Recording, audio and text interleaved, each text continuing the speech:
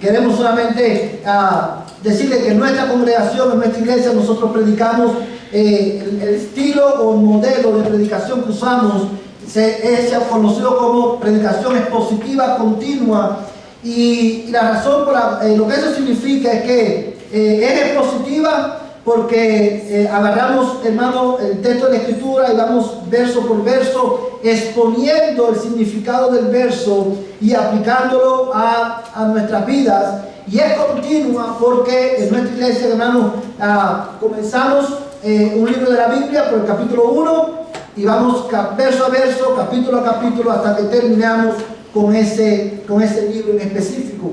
Y una de las ventajas que tiene este modelo de predicación de la Escritura es que que el pastor va a predicar todo el consejo de Dios, y usted como iglesia va a saber también cuál es el texto donde se va a predicar el próximo domingo, ¿verdad? Porque si hoy estamos, por ejemplo, en Daniel capítulo 1, y terminamos el capítulo 1, usted sabe que el próximo domingo, ¿dónde vamos a estar? Daniel capítulo 2.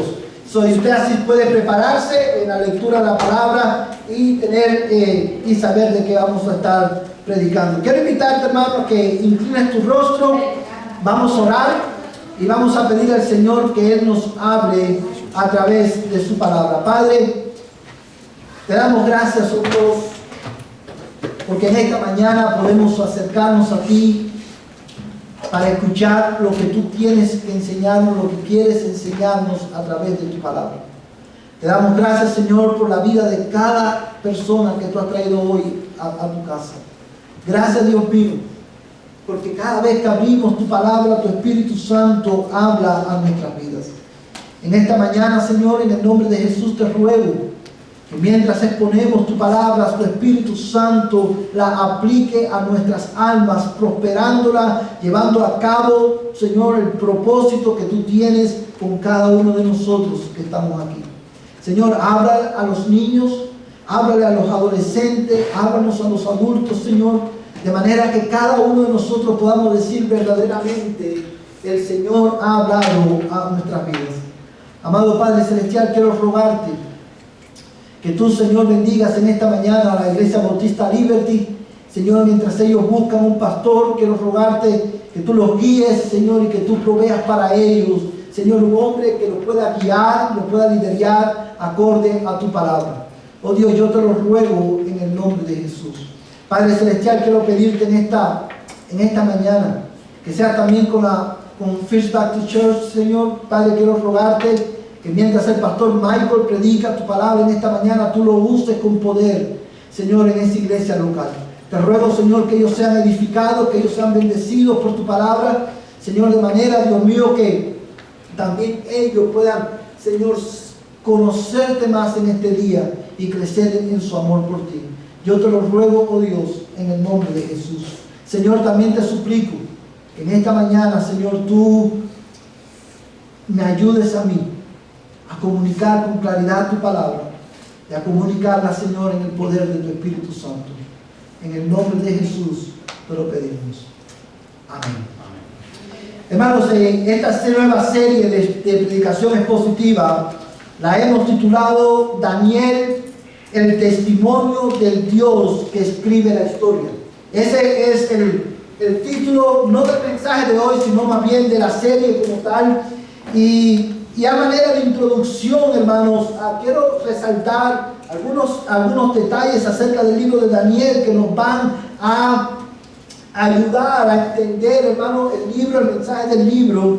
Y lo primero que quiero, hermano, antes de ir a los detalles del mensaje en esta mañana, lo primero que quiero hacer es leer los primeros 3 versículos del capítulo 1. Dice la palabra de Dios: en el año 3º del reinado de Joacim, rey de Judá, vino Nabucodonosor, rey de Babilonia, a Jerusalén y la sitió. Y el Señor entregó en sus manos a Joacim, rey de Judá, y algunos de los utensilios de la casa de Dios. Los llevó a la tierra de Sinar, a la casa de su Dios, colocando los utensilios en la casa del tesoro de su Dios. Verso 3. Entonces el rey mandó a Aspenas, jefe de sus oficiales, que trajera de los hijos de Israel algunos de la familia real y de los nobles. Si usted lleva tiempo en la iglesia o si usted ha crecido en la iglesia, seguramente usted ha escuchado en más de una ocasión la historia de Daniel. El libro de Daniel es un libro muy conocido por la iglesia y generalmente, hermanos, los niños en la escuela dominical, cuando tratan el libro de Daniel, una de las historias en la que más se enfatizan es cuando Daniel es echado en el foso de los leones, cuando es echado en el horno de fuego, sus compañeros son echados en el horno de fuego. Y eso generalmente ese es lo que más conocemos del libro de Daniel. Pero la historia de Daniel, el libro como tal, amados hermanos, no tiene que ver simplemente con estos hechos espectaculares o extraordinarios, como el foso de los leones o el horno de fuego. Ni siquiera el libro de Daniel, muchas veces cuando hay personas que leen el libro de Daniel y cuando leen el capítulo 1, de este capítulo, hermanos, muchos incluso han sacado dietas, han hecho dietas. Vamos a hacer la dieta de Daniel para perder peso. Pero, amados hermanos, el libro de Daniel fue inspirado por el Espíritu Santo, nos fue dado por Dios, no con el propósito de que hiciéramos una dieta de este libro, no para que nos enfocáramos solamente en los hechos extraordinarios que el libro revela, sino más bien para enseñarle a la iglesia, para enseñarle al pueblo de Dios que el Dios que nosotros adoramos, el Dios que nosotros servimos, es el Dios que escribe la historia de la humanidad. Es el Dios que escribe la historia de los hombres. Ahora bien, hermanos, a manera de introducción, ¿qué sabemos nosotros? ¿Quién es Daniel? Bueno, de Daniel no sabemos mucho. Solamente sabemos su nombre, Daniel. Su nombre significa el Señor es mi juez. Y lo que sabemos de él, hermano, son los pocos detalles que la Escritura nos dice. Sabemos, hermano, que probablemente Daniel fue uno de los descendientes del rey Ezequías. Y esto lo sabemos porque una de las características de estos reyes, de Daniel y de sus amigos, como lo dice en el verso 3, usted se fija en el verso 3, dice: entonces el rey mandó a Aspenas, jefe de sus oficiales, que trajera de los hijos de Israel algunos de la familia real y de los nobles. Daniel, evidentemente, hermano, que nació en una cuna real, pero cuando leemos el profeta Isaías, sabemos que Isaías le profetiza al rey Ezequías que sus hijos, su descendencia, serían llevados a Babilonia como esclavos y ellos servirían como oficiales en el palacio del rey. Cuando usamos o unimos la profecía, hermano, de Isaías a Ezequías y lo que dice el versículo 3, la descripción que hace de Daniel y de sus amigos, podemos deducir, hermano, que Daniel evidentemente era muy probablemente descendiente del rey Ezequías. Sabemos también, hermanos, eso es básicamente lo que sabemos de él. También sabemos, hermanos, que probablemente Daniel, cuando el exilio, cuando este evento ocurrió en la nación de Israel, que Babilonia conquistó, destruyó el templo de Jerusalén y tomó la ciudad. Cuando esto pasó, Daniel tenía aproximadamente 14 años de edad, entre 14 y 15 años de edad. Este fue un tiempo, hermano, a esta edad, este muchacho, junto con su pueblo, fueron llevados como esclavos, como fueron llevados, hermano, exiliados a Babilonia. Y sabemos, debido a esto también, hermano, de Daniel, que su ministerio, Daniel fue conocido como el profeta del exilio. ¿Por qué? Porque su ministerio, hermano, el ministerio profético de Daniel se llevó a cabo a través, amados hermanos, en el tiempo en que la nación de Israel fue exiliada. Yo quiero que ustedes, hermanos, tengan esto en mente para que podamos entender cuál es el tema del libro de Daniel. Quiero que pienses, hermano, en esto. Este joven, Daniel, descendiente probablemente del rey Ezequías, es exiliado junto con su pueblo a Babilonia. Y Dios lo usa para escribir este libro con el propósito, amados hermanos, de animar a los exiliados, de darle ánimo mientras ellos están pasando por esta gran aflicción en sus vidas. Este libro, el libro de Daniel, fue escrito para animar, para consolar, no solamente, amados hermanos, a los exiliados de aquel tiempo, sino también a toda la iglesia. Porque la iglesia, hermano, es la iglesia de los creyentes. Nosotros somos exiliados también, porque vamos en nuestro camino a nuestra ciudad celestial. Y mientras vivimos en este mundo, somos exiliados porque no estamos en la ciudad celestial, en la nueva Jerusalén. Y por esa razón, hermano, porque este libro fue escrito para animar y para consolar a los exiliados, es por esa razón que es importante que nosotros prestemos atención al mensaje que el libro de Daniel nos da. Ahora bien, hermanos, teniendo en mente cuál fue el propósito con el cual se escribió este libro, quiero decir, hermano, cuál es el tema central. ¿Cuál es el tema que une los 12 capítulos de Daniel? Bueno, este es el tema central. Y es el tema que vamos a estar desarrollando, amados hermanos, a través de nuestra exposición del libro de Daniel. Daniel, el tema central de este libro es este: solo Dios. Quiero que usted lo apunte en sus notas, si está tomando notas. Solo Dios es verdaderamente soberano y su reino es un reino eterno. Ese es el tema del libro de Daniel. Solo Dios es verdaderamente soberano y su reino es un reino eterno. Y fue escrito, hermano, una vez más, para animar y consolar no solamente al pueblo que estaba en el exilio, sino también a la iglesia de todos los tiempos, mientras nosotros, hermanos, mientras dure el exilio en el cual nosotros estamos. Teniendo esto en mente, hermano, quiero predicarles un mensaje titulado Una introducción al libro de Daniel. Y vamos a estar enfocados específicamente en el capítulo 1. Y es mi propósito en esta mañana desempacar las verdades contenidas en este versículo para demostrarte bíblicamente, a la luz de estos versos, por qué creemos y afirmamos, al igual que Daniel, que solamente Dios es el verdaderamente soberano. ¿Y por qué creemos que su reino es un reino eterno? Amados hermanos, lo primero que quiero ver con ustedes en esta mañana es esto. Dios es un Dios soberano. Es el único soberano sobre los reyes de la tierra, porque Dios ejerce dominio, amados hermanos, sobre todos los imperios del mundo. Y esto es primeramente lo primero que vamos a ver. Quiero que consideremos en esta mañana el dominio soberano de Dios sobre los imperios de este mundo.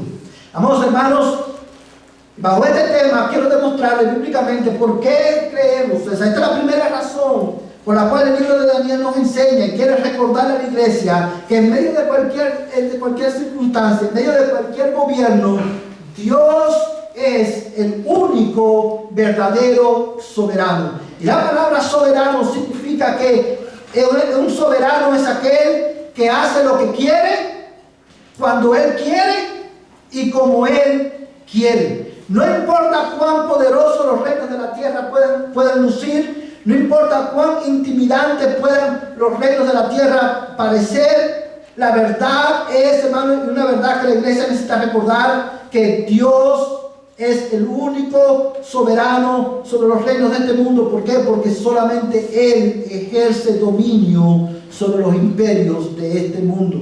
Mira el versículo 1 nuevamente. Dice: en el año tercero del reinado de Joacim, rey de Judá, vino Nabucodonosor, rey de Babilonia, a Jerusalén y la sitió. Y el Señor entregó en sus manos a Joacim, rey de Judá, y algunos de los utensilios de la casa de Dios. Los llevó a la tierra de Sinar, a la casa de su Dios, colocando los utensilios en la casa del tesoro de su Dios.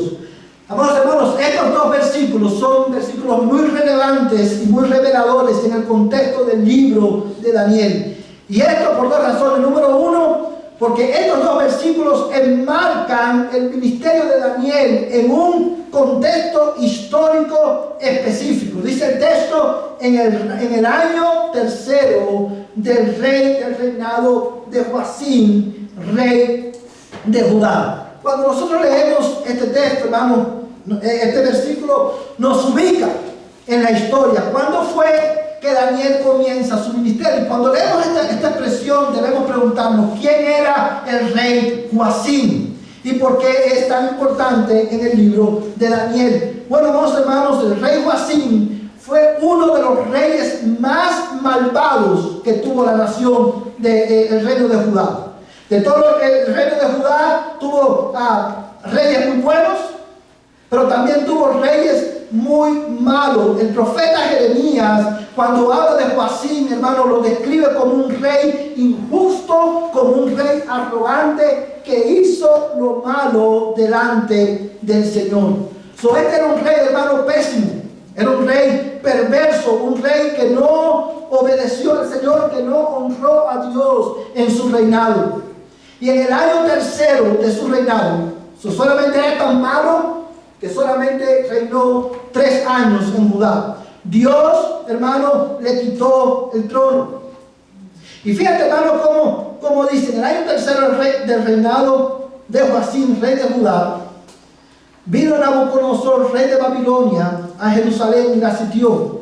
Amados hermanos, y dice el verso 2, que el Señor entregó en sus manos a Joacim, rey de Judá. Quiero que pienses conmigo por un momento en estos versículos. Este rey Joacim era un hombre que se empeñó en desobedecer a Dios. Dice, hermanos, si mal no recuerdo, el profeta Jeremías, cuando Dios le anuncia a Joacim que él va a quitarle el trono y que él lo iba a entregar en manos del rey de Babilonia, el profeta Jeremías escribe en un rollo la profecía, y dice la Biblia, hermano, que se la leen, cuando se la leen a Ezequías, Jeremías la lee delante de todo el pueblo. Y Joacim va a su palacio, toma el rollo y le dice a sus oficiales que le lean el rollo. Y en la medida en que iba leyendo el rollo, dice Jeremías, hermano, el libro del profeta Jeremías, que Joacim empezó a ripiar, a romper el rollo de la profecía y empezó a tirarlo en el fuego, a quemar el rollo de la profecía. Así de malo, de perverso era este hombre. Era un hombre sin temor a Dios, un hombre que, bien perverso, hasta que llegó el momento, hermano, uno de los momentos más terribles de la nación de Israel. Vino el rey de Babilonia, Nabucodonosor, que en aquel momento era uno de los imperios más grandes del mundo. A este punto, hermano, Babilonia no tenía ningún rival. Era uno de los imperios más poderosos. Y llega el momento, hermano, en que Babilonia llega a Jerusalén. Nabucodonosor con todo su ejército toma la ciudad, destruye el templo y se lleva cautivo al pueblo de Dios a Babilonia. Y el versículo 2, hermanos, nos da un detalle muy importante que no podemos pasar por alto. Dice específicamente, y el Señor entregó en sus manos a Joacim. La razón por la cual este verso es tan importante es porque nos recuerda, hermano, que Jerusalén fue destruida, el pueblo de Dios fue en exilio y Joacim perdió el trono no por el poderío militar de Babilonia. Más bien, todo esto que estaba ocurriendo ocurrió porque Dios entregó en sus manos, en manos de Nabucodonosor, al rey Joacim y al pueblo de Israel. Y la razón por la cual esto es importante, hermano, es porque le recuerda a la iglesia que Dios, amados hermanos, el Dios que nosotros adoramos, ejerce dominio sobre todos los imperios terrenales. Dios ejerce dominio sobre todos los imperios terrenales. Y este pueblo, el pueblo de Dios que estaba en el exilio, necesitaba ser animados con esta verdad. Necesitaba, hermanos, ser animados con la verdad de que de que no era Nabucodonosor el que estaba a cargo de su vida. Nabucodonosor simplemente era un siervo en las manos de Dios. Quiero que mires conmigo Jeremías capítulo 25, verso 4, verso 7 al 9 y verso 11. Jeremías capítulo 25, verso 4, verso 7 al capítulo 25, verso 4, verso 7 al 9 y verso 11.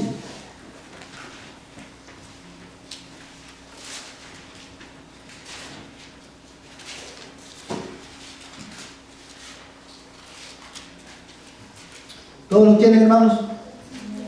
Jeremías capítulo 25, vamos a leer el verso 4.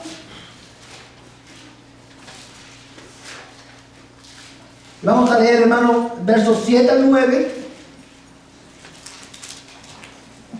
Y vamos a leer el verso 11. Amén. Vamos a hacer una cosa para poder tener el contexto, hermano, y poder tener un mejor entendimiento del pasaje. Vamos a leer verso 1 al 4 y luego vamos a leer el verso 7 al 9 y luego el verso 11. Jeremías capítulo 25, verso 1 dice: palabra que vino a Jeremías acerca de todo el pueblo de Judá en el año cuarto de Joacim, hijo de Josías, rey de Judá. Este era el primer año de Nabucodonosor, rey de Babilonia, la cual el profeta Jeremías habló a todo el pueblo de Judá y a todos los habitantes de Jerusalén, diciendo: desde el año 13 de Josías, hijo de Amón, rey de Judá, hasta hoy, en estos 23 años ha venido a mí la palabra del Señor, y os he hablado repetidas veces, pero no habéis escuchado. Fíjate, hermano, vamos a hacer una pausa aquí. Fíjate cuál es el contexto espiritual de la nación de Israel. Por 23 años, Dios continuamente le estaba hablando a través del profeta Jeremías. Dios lo estaba llamando al arrepentimiento. Dios lo estaba guiando, tratando de guiar en el camino en el que ellos debían andar. ¿Y cuál fue la reacción de ellos? ¿Cuál fue la respuesta de ellos? Dice: no escucharon. Hermanos, por 23 años, pacientemente, Dios llamaba a su pueblo, llamándolos al arrepentimiento. Arrepiéntanse, porque si no se arrepienten, yo los voy a destruir. Yo los voy a eliminar.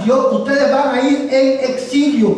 Cuando Dios, hermano, en el libro de Deuteronomio, cuando Dios hace el pacto con el pueblo de Israel, Dios le dice claramente que si ellos rompían el pacto, una de las consecuencias iban a ser que iban a vivir en extrema pobreza y que iban a ir en exilio, iban a servir como esclavos en una nación extranjera.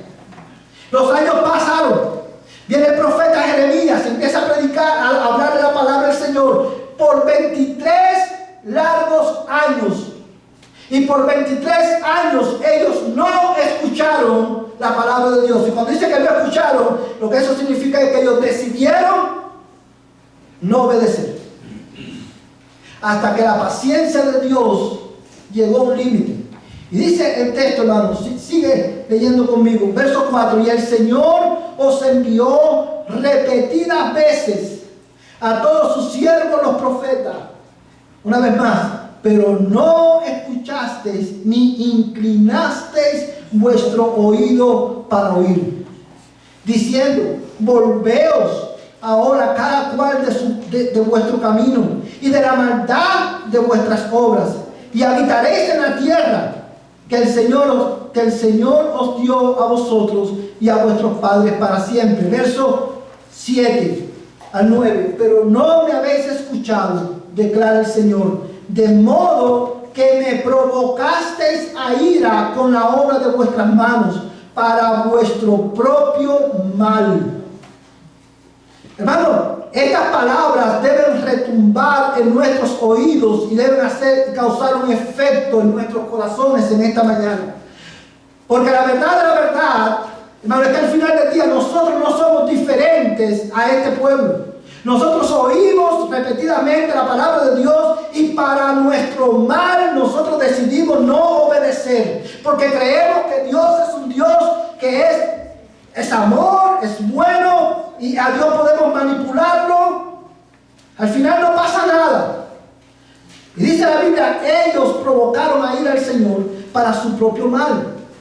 Y dice el texto, hermano, verso 8, por tanto, así dice el Señor de los ejércitos, por cuanto no habéis obedecido mis palabras, he aquí, mandaré a buscar a todas las familias del norte, declara el Señor, y a Nabucodonosor, rey de Babilonia, siervo mío, y lo traeré contra esta tierra, contra sus habitantes y contra todas estas naciones de alrededor. Los destruiré por completo y los haré objeto de horror, de burla y de eterna desolación.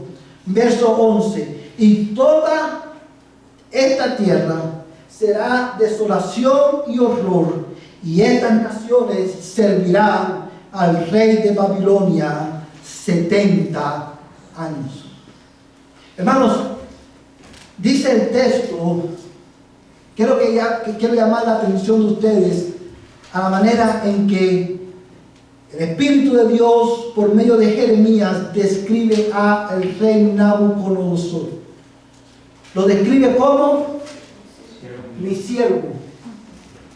Cuando dice la Biblia que Nabucodonosor es el siervo de Dios, no está diciendo, no lo está usando en el contexto, en el mismo sentido que nosotros usamos la palabra siervo de Dios o la expresión siervo de Dios hoy. Cuando hoy se usa la expresión siervo de Dios para describir a una persona, ¿qué es lo que estamos transmitiendo? Que esta persona es obediente a Dios, es creyente, cristiano y sirve a Dios en alguna capacidad. Este no era el caso de Nabucodonosor. Nabucodonosor era un hombre impío, tan malo como Joacim. Era un hombre que adoraba a otros dioses. Y usted se preguntará, ¿por qué Dios lo llama mi siervo? ¿Sabe por qué?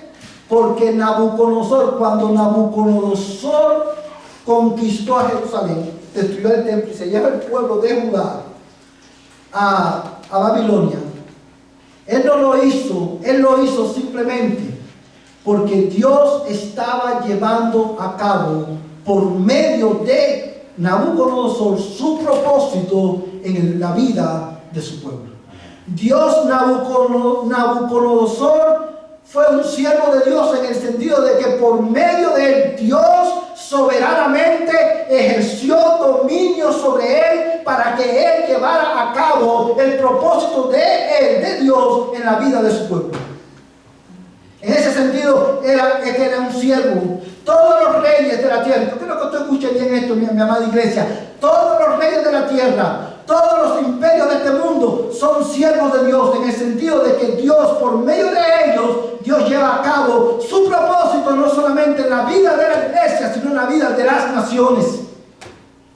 Cuando Dios, hermanos, cuando una nación tiene presidentes malos, esos presidentes llegan al poder. ¿Por qué? Porque Dios, la Biblia lo dice claramente, Dios es el que pone y el que quita reyes. Dios da presidentes malos, Dios le da presidentes malos a una nación para traer juicio sobre esa nación. Y también para traer juicio, muchas veces llevar a cabo su propósito en la vida de su pueblo. Por ejemplo, el mejor ejemplo que tenemos de esto es, por ejemplo, nuestra propia nación. Nosotros tenemos, ¿qué cosa? Un muy mal gobierno, un muy mal presidente, y no es casualidad que el presidente que tenemos esté en el poder. Ese presidente que tenemos es el juicio de Dios para esta nación. Biden es un siervo en las manos de Dios. Él está llevando a cabo el propósito de Dios para esta nación. ¿Por qué? Porque el libro, y bien todos saben, porque el libro de Daniel nos enseña que Dios es el que ejerce dominio sobre los imperios de este mundo. Los presidentes, los gobernantes simplemente son instrumentos en sus manos para llevar a cabo el propósito que Él tiene con su pueblo y con naciones. Y esa verdad debe llevar a la iglesia, hermanos, debe producir en la iglesia consuelo al saber, hermano, que en medio de las circunstancias que podemos estar viviendo, amados hermanos, no son los presidentes los que están a cargo de nuestras vidas, sino que últimamente es el Dios soberano que escribe la historia de las naciones y de la iglesia. Dios es el único soberano que ejerce dominio sobre los reyes de la tierra, sobre todo imperio de este mundo. Pero Dios no solamente ejerce dominio sobre los imperios de este mundo, los imperios terrenales. Dios es, hermano, el único soberano, porque Él ejerce dominio también sobre todo imperio espiritual. Mira conmigo, hermano, el versículo 2.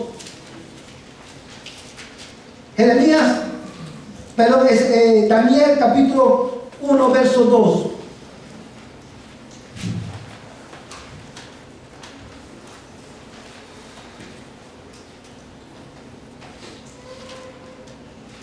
Amén.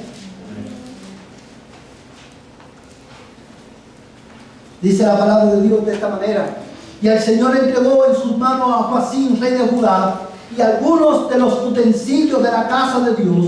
Los llevó a la tierra de Sinar, a la casa de su Dios, colocando los utensilios en la casa del tesoro de su Dios. Hermanos, si usted ha leído la Biblia, usted quizás ya sabe que una de las costumbres que tenían los reyes de este tiempo, del tiempo de Daniel y del tiempo de Nabucodonosor, es que cada vez que un rey iba y conquistaba a otra nación, ellos tenían la costumbre de destruir el templo del Dios de esa nación. Tomaban los utensilios o tomaban las representaciones de esa deidad y las llevaban y las ponían en el templo de su Dios. Y esto, hermano, era una costumbre que era muy popular en aquel tiempo, porque los reyes como Nabucodonosor y los reyes de aquella época, ellos consideraban que la victoria que ellos habían obtenido no era la victoria de ellos, sino que era la victoria de su Dios. Cada vez que ellos iban, conquistaban una nación, ellos destruían el templo, tomaban los utensilios, los llevaban al templo de su Dios como una ofrenda. Y el mensaje que estaban transmitiendo, hermano, era este: el Dios nuestro es mayor y más poderoso que el Dios de esta ciudad o de esta nación. Imagínate por un momento, hermano, lo que esto significó para la nación de Israel. La nación de Israel, que fue formada por Dios, el pueblo de Dios, creado por Dios, con el propósito de ser un testimonio al mundo de la gloria de Dios. Los babilonios vinieron, profanaron el templo, profanaron la gloria de Dios. Y todas, hermanos, las circunstancias parecían indicar que el Dios de Nabucodonosor había vencido al Dios de Israel. Amados hermanos, imagínate lo que esto causó, el dolor que esto causó en el pueblo de Dios. La gloria de Israel había desaparecido. El Dios de Israel los babilonios se habían burlado de él. Pero aún esto, hermano, aún esto estaba bajo el dominio y el gobierno del Dios de Israel. Y esto lo sabemos, hermano, porque hay un detalle en el texto que es muy, muy significativo. Y dice, amados hermanos, que este es el detalle. Dice que los llevó a la tierra de Sinar, a la casa del tesoro de su Dios. Usted sabe, hermano, que esta expresión, este dato geográfico, dice que lo llevó a la tierra de Sinar. Es un detalle muy, muy importante, porque la tierra de Sinar es el corazón de la rebelión, hermano, representa el corazón de la rebelión del hombre contra Dios. Esta expresión, hermano, nos lleva de regreso a Génesis capítulo 11. Yo creo que tú vayas conmigo a Génesis capítulo 11 por un momento. El primer libro de la Biblia, Génesis capítulo 11, Génesis capítulo 11, y vamos a leer los versículos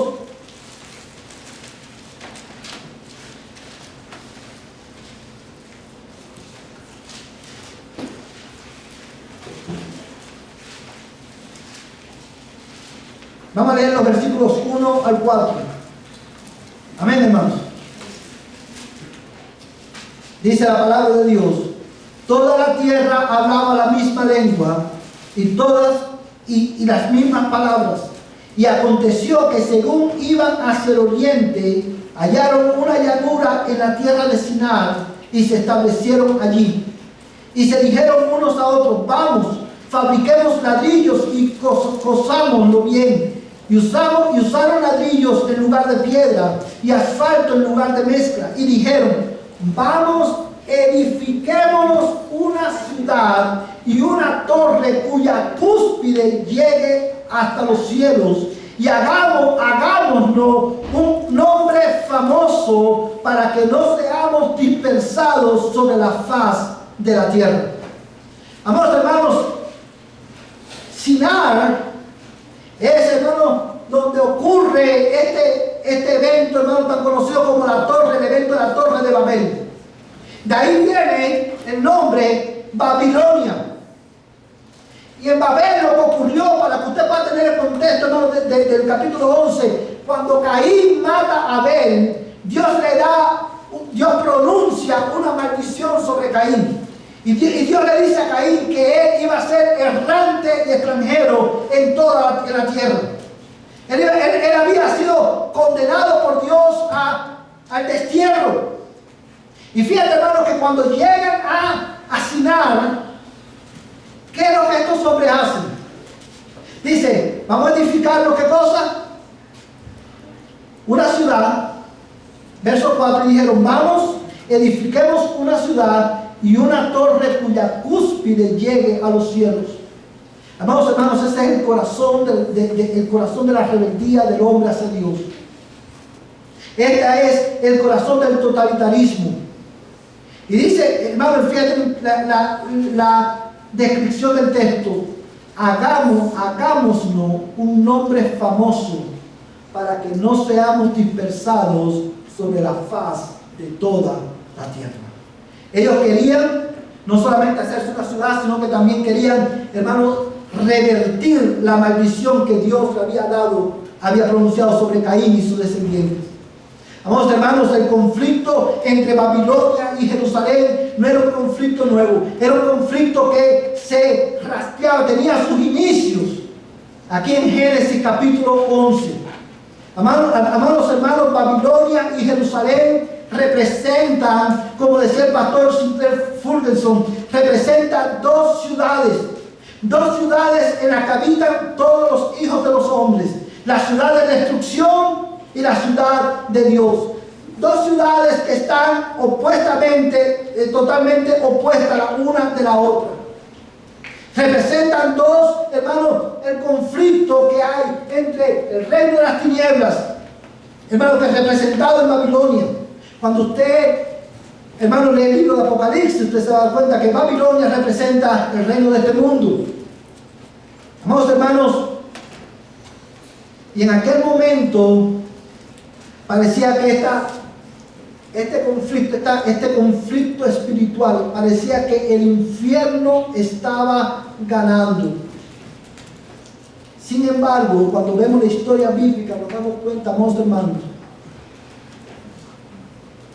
que Dios, amados hermanos, ejerce, aún cuando en Sinar, en Génesis capítulo 11, los hombres se rebelaron contra Dios, y aún cuando Babilonia destruye el templo de Jerusalén, y aún cuando Babilonia, amados hermanos, Nabucodonosor lleva los utensilios del templo a la casa de su Dios, hermano, al final de la historia, el libro de Daniel nos enseña que Dios destruye completamente el imperio de Babilonia.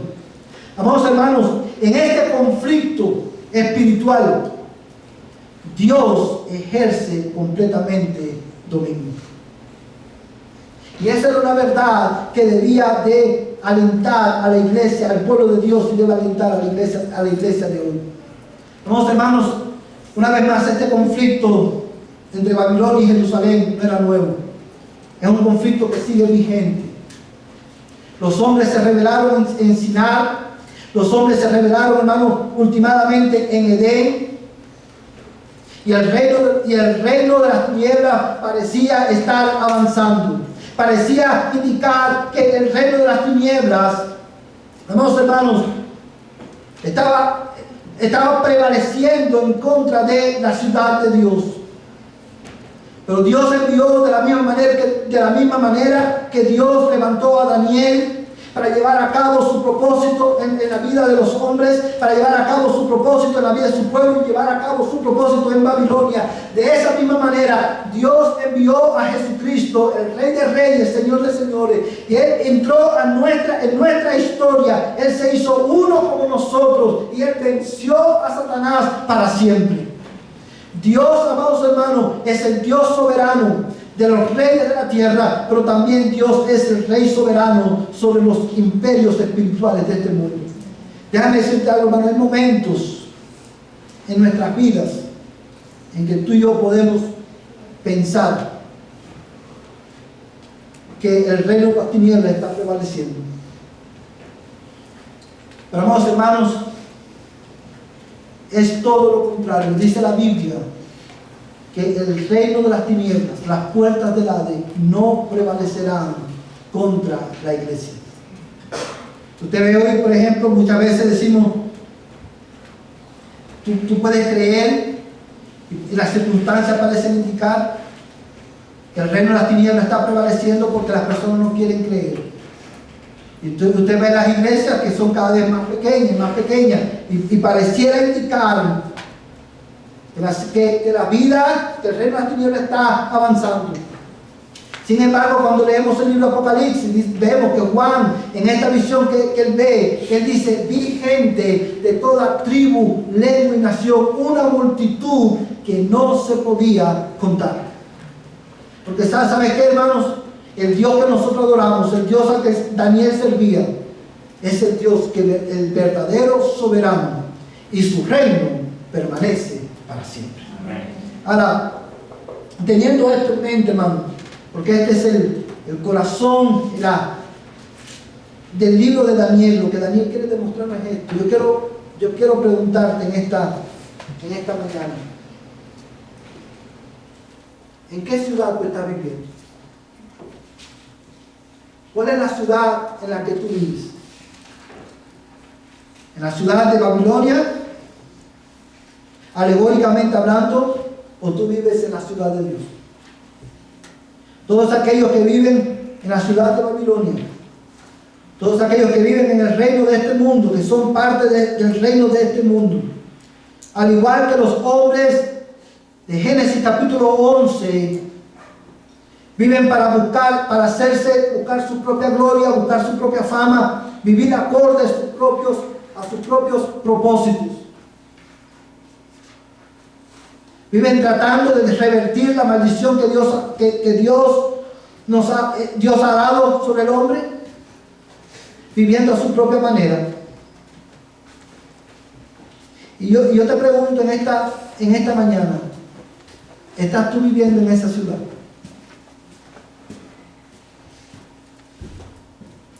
Y la respuesta a esa pregunta es bien importante. Porque, una vez más, yo quiero que tú pienses en este detalle que es relevante para tu alma en esta mañana. Los habitantes de Babilonia, eran hombres que quisieron revertir la maldición que Dios había dado sobre Caín por su pecado. De esa misma manera, los hombres de este mundo que viven tratando de revertir la maldición que Dios ha pronunciado sobre todos los seres humanos. Y usted se preguntará cómo. Bueno, dice la palabra de Dios, hermano, que no hay paz para los impíos. Y los hombres sin Cristo buscan la paz. Viven su vida buscando paz en lugares donde no la pueden encontrar. Dice la palabra de Dios que no hay, de la misma manera que no hay paz para el impío, de la misma manera que dice la palabra de Dios, amados hermanos, que la paga del pecado es muerte. Los hombres de Babilonia, los hombres de Babel, viven sus días buscando vida, buscando la satisfacción de sus almas en una fuente que no puede dar satisfacción. Y si eso describe tu vida, Eso significa que tú perteneces a la ciudad de Babel, a la ciudad de Babilonia. Eso significa que tú estás muerto espiritualmente, separado de Dios. Eso significa que tú vives tu vida en completa oposición a Dios. Y yo quiero decirte algo en esta mañana. El hecho de que tú no seas cristiano, el hecho de que tú no tomes en cuenta a Dios, no significa que Dios no tiene dominio sobre tu vida. Dios, aunque tú te has proclamado el rey de tu propia vida, porque vives a tu manera, no olvides que Dios es el único y verdadero soberano. Que tu reino un día terminará. Tu reino está en la mano de Dios, tu vida está en la mano de Dios. Dios ejerce dominio sobre tu vida porque tú no eres rey de tu vida. Tú no escribes tu propio destino. Aún las consecuencias de tu propia desobediencia han sido ordenadas por Dios. Y un día Cristo, el Rey, el verdadero soberano, regresará. Y dice la Biblia que ese día toda rodilla se doblará y toda lengua confesará que Cristo es el Señor. Pero ese día ya no va a haber oportunidad de salvación. Es por eso que hoy, en el nombre de Cristo, yo te llamo al arrepentimiento. Cree en el Señor Jesucristo.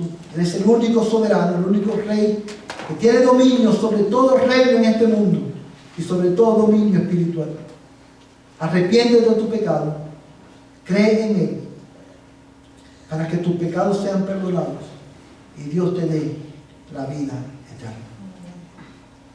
Sométete hoy al verdadero soberano y serás salvo.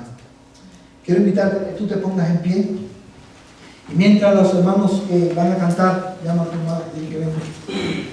Quiero animarte a que tú ahí donde tú estás inclines tu rostro y que tú reflexiones en esta verdad que hemos predicado en esta mañana en la palabra del Señor. Si tú, hermanos, quiero que pienses en esto por un momento. Si tú estás en Cristo, porque Cristo ejerce dominio sobre todo imperio espiritual, eso significa, hermano, que Satanás no tiene autoridad sobre tu vida. No hay demonio que tenga dominio o autoridad sobre tu vida, porque Cristo, nuestro Rey, venció para siempre a Satanás. Y esa verdad debe, hermano, de producir consuelo y gozo en nuestras almas. Porque Él es el único soberano. Porque Él, amados hermanos, ejerce dominio sobre todos los imperios de este mundo. Y porque Él ejerce dominio sobre todo reino e imperio espiritual, tú y yo podemos cantar con confianza y con seguridad en esta tarde, en esta mañana. En ti esperaré. Pero quiero animarte a que tú inclines tu rostro. Vamos a orar. Y luego que oremos vamos a cantar este canto. Amado Dios, te alabamos y te bendecimos en esta mañana por tus bondades, por la instrucción de tu palabra. Gracias, Señor, por recordarnos que tú eres el único soberano que escribe la historia de los hombres. Señor, te adoramos y te bendecimos porque es un consuelo para nosotros saber que no hay circunstancia en nuestras vidas que esté fuera de tu dominio y de tu gobierno. Señor, qué bueno es saber que en ti nosotros estamos seguros.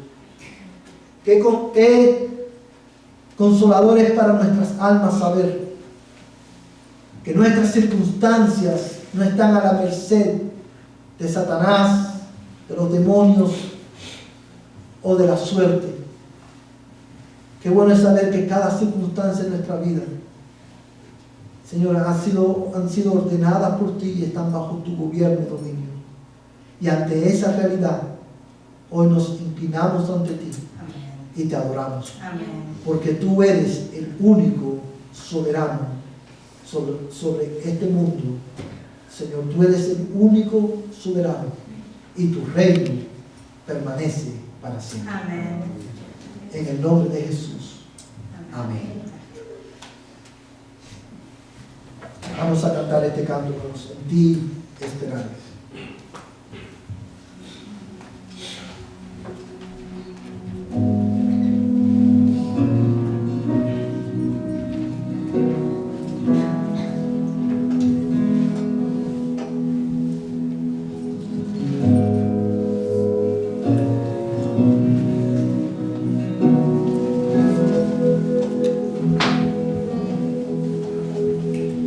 En lo profundo clamo